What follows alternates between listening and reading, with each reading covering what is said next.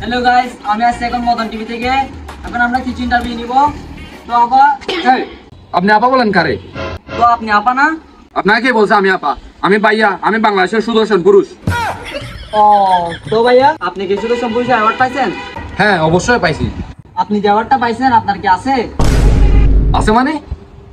মানে যোগ্যতা। ও, যোগ্যতা না থাকলে কি অ্যাওয়ার্ড পাইতাম? আর হ্যাঁ, আপনি যেটার কথা বলতেছেন ওইটাও আছে, কিন্তু একটু ছোট।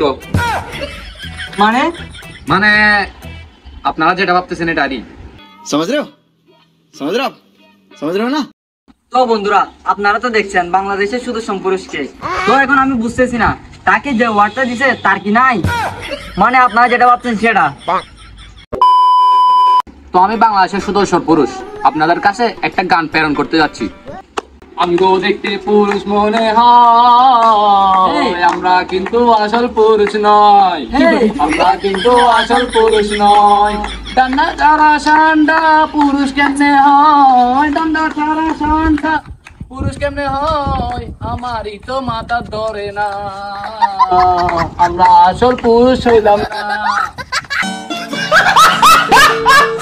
তো গাইস, ভিডিওটা কিরকম হয়েছে ফটাফট কমেন্টে জানান। আর ভাই, আমি বুঝতেছি না যে বাংলাদেশের সুদর্শন পুরুষও বলে সে যে কোনো পুরুষই না ভাই। মানে কি বলতাম, তার কোনো ডান্ডাই নাই ভাই, সে নাকি বলে বাংলাদেশের সুদর্শন পুরুষ। এখন ভাই আমি বুঝতেছি না যে তাকে অ্যাওয়ার্ডটা দিছে তারটা মনে হয় ছোটো, নয়তো তার কাছে নাই, তার কাছে ডান্ডা নাই ভাই। কিছু বলার না ভাই, আমরা ভাই বাংলাদেশে কি করছি ভাই। চাক, ওইগুলো নিয়ে আর কথা না বলি।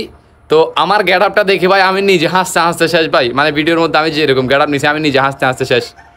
তো ভিডিওটা কীরকম হয়েছে ফটাফট কমেন্টে জানান। আর হ্যাঁ, নেক্সট ভিডিও কি নিয়ে দিব ওইটাও কমেন্টে জানান। আর ভিডিওতে লাইক কমেন্ট শেয়ার অ্যান্ড চ্যানেলটা সাবস্ক্রাইব করে দিন। দেখা হচ্ছে নেক্সট ভিডিওতে। আল্লাহ হাফেজ।